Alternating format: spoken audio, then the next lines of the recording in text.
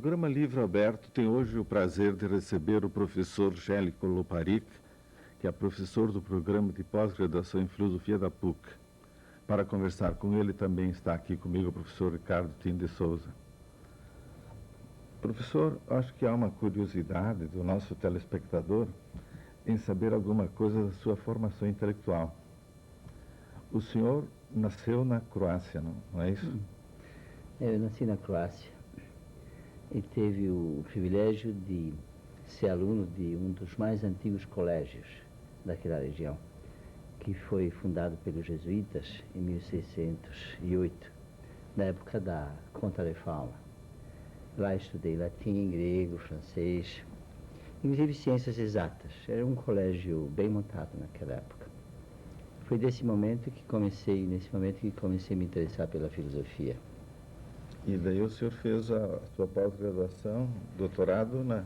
Fiz doutorado em formação, basicamente em Louvain, na Universidade Católica de Louvain, mas também fiz estágios em Paris, com professores como Ricoeur, Jules Liman, e também na Alemanha, onde fui aluno tive prazer, a honra de ser aluno de Heidegger, o próprio Heidegger, de Gadamer, Henrich, e vários outros professores.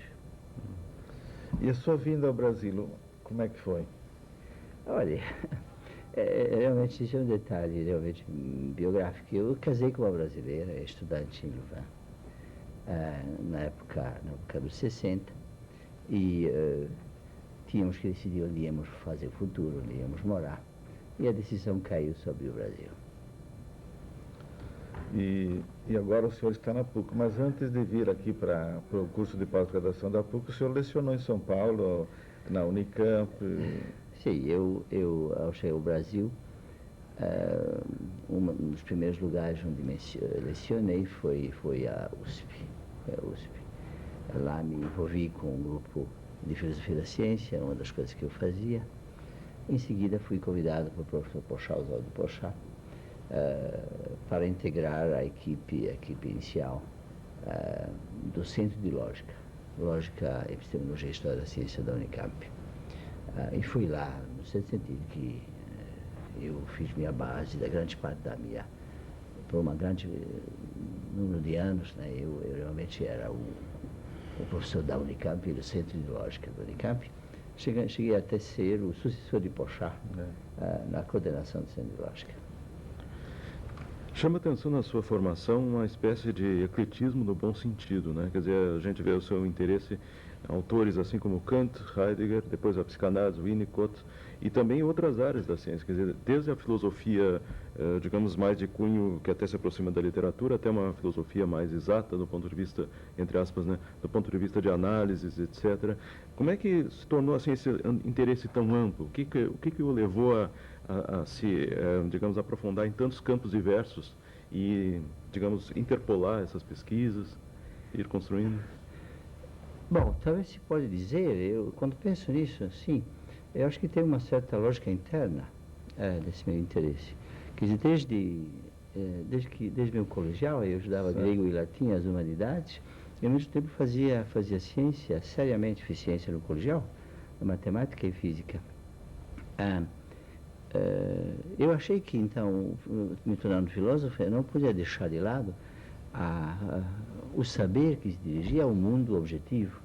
Mas, por outro lado, dadas as minhas raízes, inclusive católicas, e o meu interesse por Kant, por Platão, desde a época do colegial, eu tinha esse outro lado, né? Onde não se tratava de um saber objetificante, mas um saber mais universal. E, se vocês querem, um saber que procurava um lado íntimo, subjetivo do ser humano. Então, nesse contexto, eu via muito naturalmente, eu recebia muito naturalmente, de um lado, leituras de Heidegger, quando era estudante em Louvain, e uma filosofia da ciência que me foi apresentada pelo professor João Ladrière, que tenho em mais alta estima, que era um filósofo da matemática. Então, eu procurava saber o que era para saber. O que era para saber, sem querer deixar coisas importantes de lado.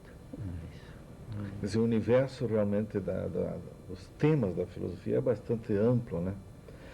Como é que o senhor avalia hoje a filosofia no mundo e no Brasil? O senhor já tem experiência de 30 anos, conhece todos os grandes centros de filosofia do Brasil e também do mundo. O senhor vê alguma coisa especial ou a filosofia continua com a sua função tradicional? Não sei se você falar, começar pela função da filosofia, eu acho que a filosofia, em vários sentidos, perdeu a sua função. Ela foi, no passado, a partir de Kant e tal, uma referência na teoria da ciência. Ela foi uma referência inclusive, filosofia política pega Hegel. Hoje em dia, eu tenho a impressão que isso não é mais o caso. As ciências se tornaram cada vez mais especializadas, exigindo um know-how muito específico para poderem ser tocadas. E o filósofo ficou nas generalidades, que hoje importa muito pouco para o cientista. Da mesma maneira, eu creio que um político praticante, então até mesmo um cientista político, ainda lê Hegel, vamos dizer, ainda lê Kant, mas são referências mais bem das notas de rodapé do que propriamente instrumentos de trabalho. Certo. Acho que a função da filosofia, creio, mudou muito. Né? Nós estamos na pós-modernidade. Filosofia foi um grande discurso, pretendia ser grande discurso, inclusive sistemático. Hoje, esse estilo de pensamento era excessivo, tornou-se excessivo, sim. Mas, não obstante, há uma procura constante, quer dizer, constante, não, digamos, exacerbada, mas contínua, por exemplo, formação na pós-graduação da filosofia, não só por parte de pessoas com formação na filosofia, mas a gente observa, não só no nosso curso, formados em outras áreas, etc., que gostariam de aprofundar um pouco mais as bases até epistemológicas daquilo que fazem, que trabalham, e vão procurar na filosofia. Então, será que a filosofia ainda não tem, nesse sentido, Sim, ela é importante. Mas eu acho que a função que ela tinha, essa era a palavra, a função que ela tinha um século atrás, no século XIX, ela não tem mais essa função. Eu quero que ela se tornou, no certo sentido, ela tem um papel, enfim, uma significação mais bem íntima. Ela se aproximou, se você quer, de estilos culturais do tipo, não digo religião, mas enfim, do tipo onde o exame de si, ou então, exame da questão para onde as coisas vão, é importante. A filosofia nesse domínio continua tendo a sua importância.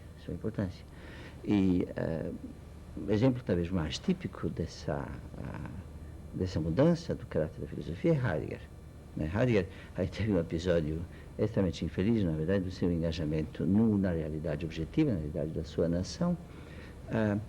Uma das características do seu comportamento é de se ter retirado da vida pública, até mesmo no sentido da vida acadêmica, e de ter concebido a filosofia como um discurso que abre um espaço diferente, outro, até mesmo inacessível, às filosofias tradicionais.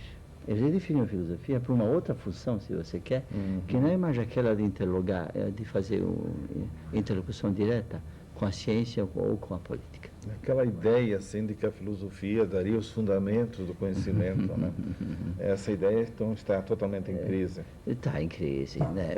Eu falei em Heidegger, então Heidegger vai dizer que a filosofia é substituída pelo método, foi substituída pelo método, então o método é o que... Agora, nesse sentido, um grande cientista é um filósofo, né?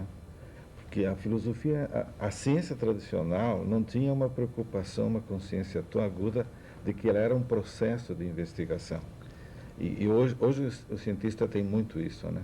Quer dizer, um grande cientista e acaba fazendo também uma epistemologia. Você tem que ter uma certa ideia do que é a ciência, do que é o saber, né? Do que é o saber e como se faz o saber, como se produz o saber para você ser um cientista. Acontece que esse saber não é necessariamente um saber flexível, como nós diremos. O cientista não necessariamente sabe o que é esse saber, mas ele tem que tê-lo. E os filósofos, então, e alguns cientistas se deram conta de que esse saber é essencialmente operacional. Ser cientista é ter um know-how de como se formulam os problemas, como se procede para resolver esses problemas e, finalmente, o que se faz com os resultados.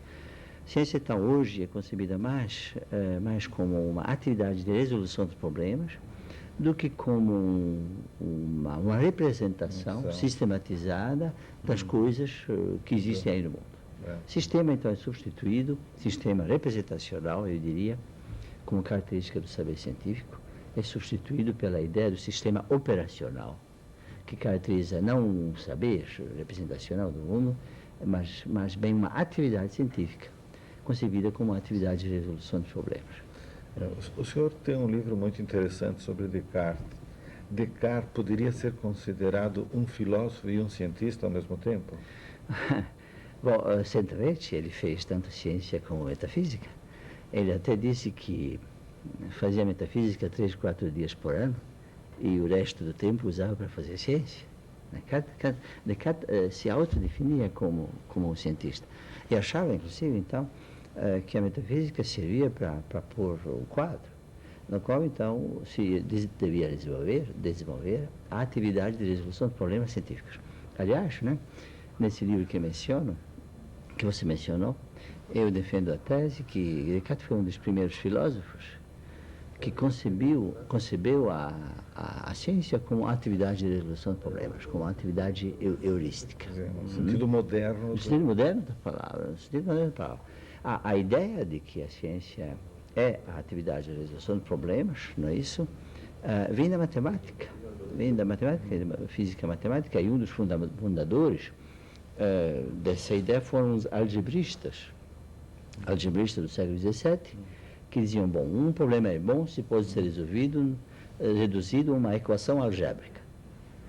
E uma equação algébrica interessa porque existe um algoritmo para a sua solução, né? Isso foi o modelo do século XVII, eu acho que resultou hoje na concepção da ciência que é predominante, eu diria assim. Tá, eu vou pedir licença para nós fazermos um breve intervalo e logo retornaremos à nossa conversa com o professor Gélio Coloparica.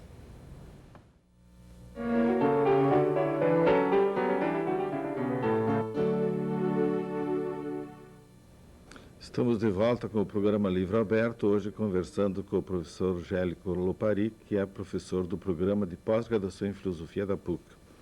Nós estávamos conversando sobre as relações entre filosofia e ciência, mas eu gostaria de não perder a oportunidade de lhe perguntar a respeito da sua produção intelectual. O senhor tem muitas obras. Quais são as obras que o senhor acha mais significativas? Eu falei em Heidegger há pouco. Então, em 1990, publiquei um livro que se chama Heidegger, um ensaio sobre a periculosidade da filosofia. A minha tentativa era de discutir a questão do envolvimento de Heidegger no movimento nazista e, sobretudo, a acusação de que a filosofia de Heidegger seria internamente ligada à ideologia nacional-socialista. Eu tentei rebater isso, mas, ao mesmo tempo, procurei mostrar porque Heidegger nunca pediu perdão. O que me pelos seus erros políticos e tal, ou desculpas, o que me levou, então, a refletir sobre a sua concepção da ética. Então, devo a esse momento de reflexão aquilo que eu considero uma das minhas descobertas na pesquisa sobre Heidegger, a descoberta de que haveria uma concepção de ética em Heidegger diferente da concepção tradicional da ética, baseada, entre outras coisas, sobre o sentimento de culpa e o conceito de culpa. A ética de Heidegger não é mais baseada na ideia de culpa, é baseada numa espécie de ideia de responsabilidade anterior àquilo que nós chamamos culpa definível por meio de uma lei. E essa ideia de que não há nenhum sistema filosófico acima de qualquer suspeita, como é que é? Que a filosofia é perigosa? Bem, talvez eu podia começar a comentar isso dizendo que lembrando Voltaire dizia, a longo prazo, né, os filósofos determinam as opiniões das pessoas. A filosofia tem esse momento inercial, ela volta, ela tem sua função, como a gente falou, talvez não aquela que é mais explícita, mas sim, ela tem um efeito duradouro sobre a formação das opiniões das pessoas. De modo que ela pode ser tão benéfica como perigosa. A filosofia pode introduzir enganos graves na conduta das políticas, ou mesmo na conduta da pesquisa científica e do desenvolvimento da cultura. Claro. Pode. Nesse aspecto, tem uma questão que talvez pudesse ser tratada. O senhor falou muito bem da questão da função da filosofia, a função, seu lado explícito, seu lado, vamos dizer assim, mais aberto, mais reconhecido publicamente, e junto com as grandes narrativas também a filosofia, enquanto um conjunto de grandes narrativas, entra em questão. Não obstante, a questão da posição, do questionamento filosófico sobre o fazer, sobre o agir, sobre o ser, né, permanece na ordem do dia. Quer dizer, todo mundo, lá pelas tantas, tem que se perguntar isso aí, desde o cientista mais avançado até a pessoa mais humilde que está ali com seus problemas, não é? Então, parece que a filosofia tem um certo poder de ressuscitar no meio das intempéries que os tempos preparam para ela, né? Então, às vezes, a gente vê justamente nesse aspecto. E aí já queria fazer o senhor falou na questão da experiência, da ciência, uma certa ponte com a psicanálise, né? De repente, a gente descobre um psicanalista, né, que trabalhou de uma forma um pouco diferente da maioria dos psicanalistas seus contemporâneos e que dá uma substância, vamos dizer assim, para uma nova interpretação, por exemplo, da natureza humana, né? Escreve um livro sobre isso, tem uma revista que agora os senhores também trabalham com esse nome. Essa questão está sempre na ordem do dia, né? Como é que o senhor vê essa relação entre filosofia e psicanálise, e no caso o Winnicott, que eu estou falando agora? Eu sei que é uma das suas predileções. De fato, né? A filosofia pode ser perigosa, mas ela pode ser também salvífica, ela pode trazer de volta certos temas que foram esquecidos. A filosofia pode ser definida como tentativa de organizar um pensamento, explicitar pensamentos, mas também pode ser definida, desde Platão ela foi definida, como uma tentativa de rememoração do pensamento esquecido. O que então liga, entre outras coisas, a filosofia e a psicanálise, que a psicanálise também é um exercício de rememoração. Rememoração do saber esquecido porque é reprimido em função de pressões objetivas, das exigências objetivas. Nesse ponto, eu acho que a filosofia é justamente vista à luz dessa mudança da sua função, devido ao fato de ela se dirigir mais para o íntimo, vamos dizer, do que para o objetificado. Ela também, a filosofia, tem a função de rememoração daquilo que a cultura ocidental e a humanidade ocidental, e talvez hoje em dia a humanidade globalizada, foi esquecendo. O que foi esquecendo? O que tem sido esquecendo? Bom, tanto Heidegger como Winnicott, é por aí que eu fiquei fascinado por esse psicanalista inglês, dizem uma coisa: o que foi esquecido é a origem, o início que foi esquecido. Para Winnicott, o que foi esquecido é a nossa condição de sermos nascenciais, de nascermos das mães, de nascermos como bebês. E o que foi esquecido, então, se você quer, é a nossa condição de bebê.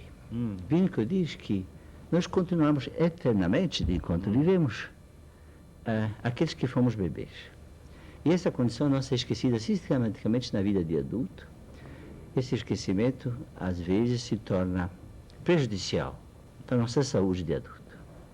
Muito bem, Heidegger também, ao se dar conta que em particular, a técnica moderna, seguindo a tentativa de objetificação do mundo, a técnica moderna é um instrumento de esquecimento de uma condição, de uma situação pré-técnica, pré-objetificada do ser humano, razão pela qual, então, Heidegger se dirigiu sistematicamente, sobretudo na sua segunda fase, para a questão da origem do saber, da verdade, origem do existir humano. Sim. E aí é interessante porque, por exemplo, Heidegger é a questão da intencionalidade existencial, o Winnicott como um pediatra, que ao invés de partir de uma teoria, parte por assim dizer, de um dia a dia, de um cotidiano com os bebês, para daí estabelecer um conteúdo de sentido, né? Diferente de outros psicanalistas que tentavam atribuir teorias aos bebês, ele parece que procurou ouvir a linguagem dos bebês, entre aspas, né? Eu tento estilizar essa diferença entre Winnicott e a psicanálise tradicional, dizendo que a psicanálise tradicional incorporava o procedimento objetificante do mundo e, ao mesmo tempo, a metafísica da subjetividade, definida pela relação sujeito, sujeito pensante, objeto, objeto da representação. Em Winnicott, quando ele se debruça como pediatra e como psicanalista sobre os bebês, surge a ideia de que bebê não é um sujeito que representa o mundo. Ele é um ser humano necessitado da presença viva e devota, facilitadora do outro ser humano. Isso é essencial, não de uma máquina, mas de outro ser humano. O bebê é dependente de uma espécie da bondade, de bondade existencial, não definida por uma lei, mas uma bondade definida por aquilo que se faz para o outro. Uma aproximação. Uma proximidade, uma intimidade. É bebê um ser humano que vive da confiabilidade do outro. Essa concepção, então, do bebê permitiu, por outro lado, então, a aproximação com Heidegger, que durante toda a sua vida tentou afastar o pensamento do existir humano de um pensamento que tematiza o ser humano quanto um objeto do saber seguro,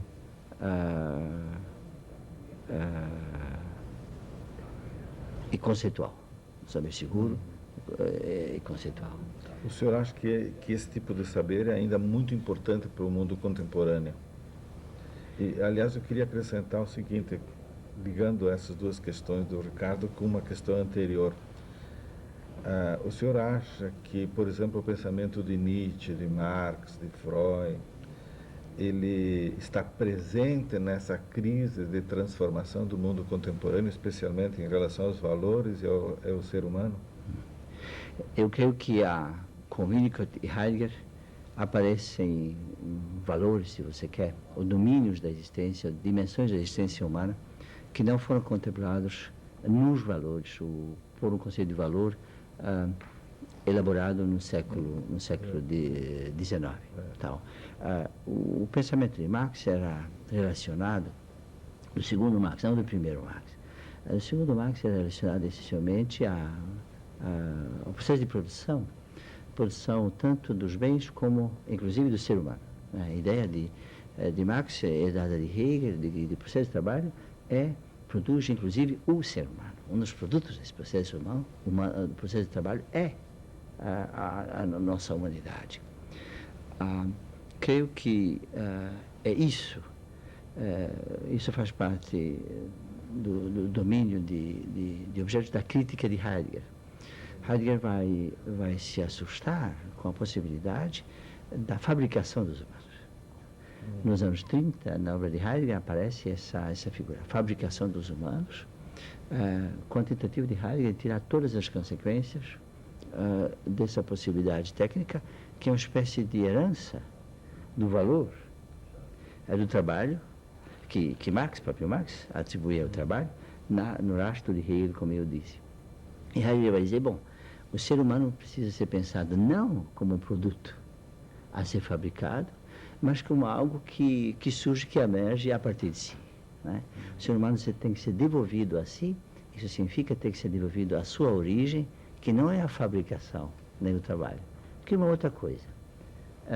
Essa outra coisa Heidegger buscou nos pré-socráticos, no discurso, na poesia, justamente. E eu digo, bom, Heidegger podia ter buscado também essa origem do ser humano no bebê que nós somos. Foi por esse motivo que eu comecei a estudar sistematicamente a obra de Winnicott, porque é o único psicanalista, vocês estão vendo, que leva, cujo enfim, conceito central não é o Édipo, o marmanjo na cama da mãe. Sim, e o bebê, o ser humano frágil, no colo da mãe. Bom, nós estamos quase no fim do programa. Eu gostaria de saber o que o senhor está preparando para ser publicado agora, no próximo ano, por exemplo. Tem várias publicações. Uma delas é um livro sobre Heidegger, que vai sair na Zahar em fevereiro agora do próximo ano. É uma apresentação geral de Heidegger de acordo com esses meus interesses que expliquei nessa entrevista.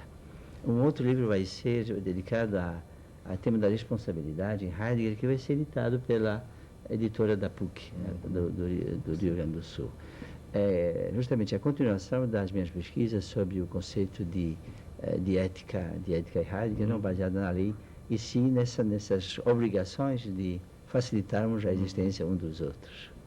A ética em Heidegger, terceiro livro, será dedicado a Winnicott. Certo. O título do livro é Winnicott e o pensamento pós-metafísico. E tem vários outros projetos. Bom, nós estamos no fim do nosso programa. Eu queria deixar meus parabéns pela sua produção científica e intelectual, muito importante. Agradecer sua presença, agradeço também a presença do professor Ricardo. Convido o telespectador para nos assistir na próxima semana. Muito obrigado.